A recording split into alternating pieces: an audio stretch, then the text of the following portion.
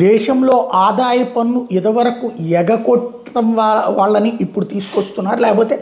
ఈ మధ్య కాలంలో ఆదాయం పెరిగిందా, కోటి రూపాయలకి పైబడి ఏదైతే దాన్ని ఏమంటారు రిటర్న్స్ సబ్మిట్ చేసే వాళ్ళ సంఖ్య ఉత్తరప్రదేశ్లో 24,050 ఉంటే, మధ్యప్రదేశ్లో 8,666 ఉంటే,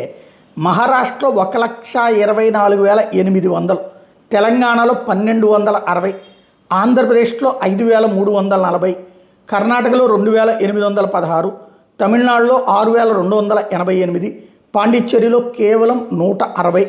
కేరళలో 1,780, లక్షద్వీప్ ఐలాండ్స్లో ఒకే ఒక్కళ్ళు, గోవాలో 480,